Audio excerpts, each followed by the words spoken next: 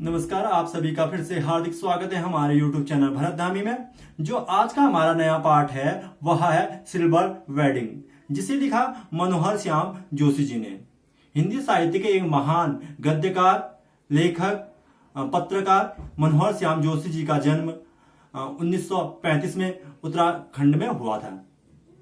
इन्होंने बहुत सारी रचनाएं लिखी, बहुत सारे गद्य लिखे और बहुत ही प्रसिद्ध पत्र पत्रिकाओं में इन्होंने संपादक का कार्य किया।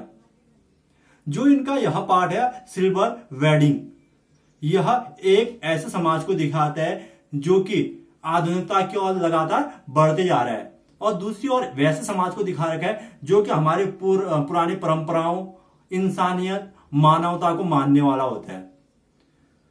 यहाँ पर दोनों समाजों को दिखा रखा है कि एक तो जो आधुनिकता की ओर बढ़ रहा है, दूसरा जो हमारी सभ्यता और संस्कृति को लेकर जा रहा है। इस पाठ में जो मूल पात्र है वह है यशोधर बाबू। यशोधर बाबू जी के घर में उनकी पत्नी, उनके 3 बेटे और बेटी होती है। जो सबसे बड़ा बेटा होता है वह एक एड कंपनी में काम करता है, विज्ञापन कंपनी में काम करता है 1500 की प्रति माह की नौकरी पर। जो दूसरा बेटा होता है वह आईएएस की तैयारी कर रहा होता है, और जो तीसरा बेटा होता है वह स्कॉलरशिप लेकर अमेरिका गया होता है। जो उनकी बेटी है वह डॉक्टर बनना चाहती है।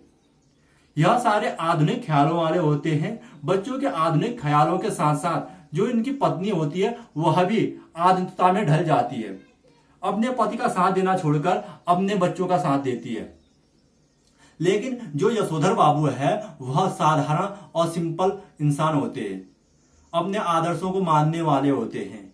वह हमेशा ही चाहते हैं कि अपने घर में जो उनके बच्चे हैं, उनकी बीवी है, उनका कहना माने, उनसे किसी भी कार्य में राय मांगे। लेकिन जो उनके बच्चे और पत्नी थी वह उन्हें पुराने ख्यालातों वाला मानती है, जिससे कि उनसे कोई भी राय नहीं मानते, और हमेशा इसी कारण घर में हमेशा ही कलेश होता था। यशोधर बाबू अपनी निजी जिंदगी को बहुत ही अच्छी तरह जीते थे। वह अपने ऑफिस में हमेशा ही समय पर ऑफिस जाते थे, और कभी लेट हो जाते थे, देरी हो जाती थी तो ऑफिस में भी आराम से खुश रहकर कार्य करते थे। एक जो नया लड़का आया था उनके ऑफिस में असिस्टेंट ग्रेड पर, जिसका नाम चड्डा था, एक बार उसने उनका मजाक उड़ाया। तो जो यशोधर बाबू थे वह बहुत ही समझदार थे, तो उन्होंने उस बात को गंभीरता से नहीं लिया।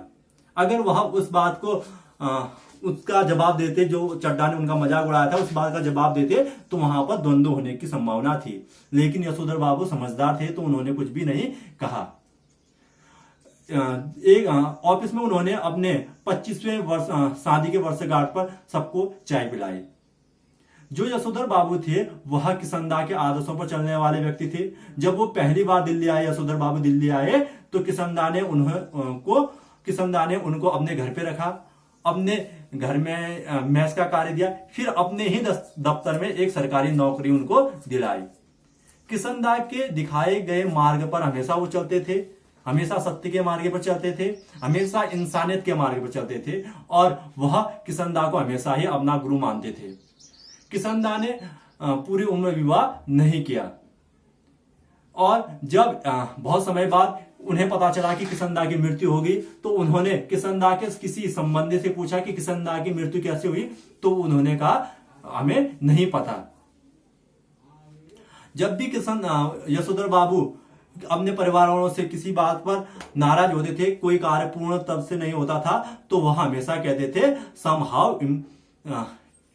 somehow improve।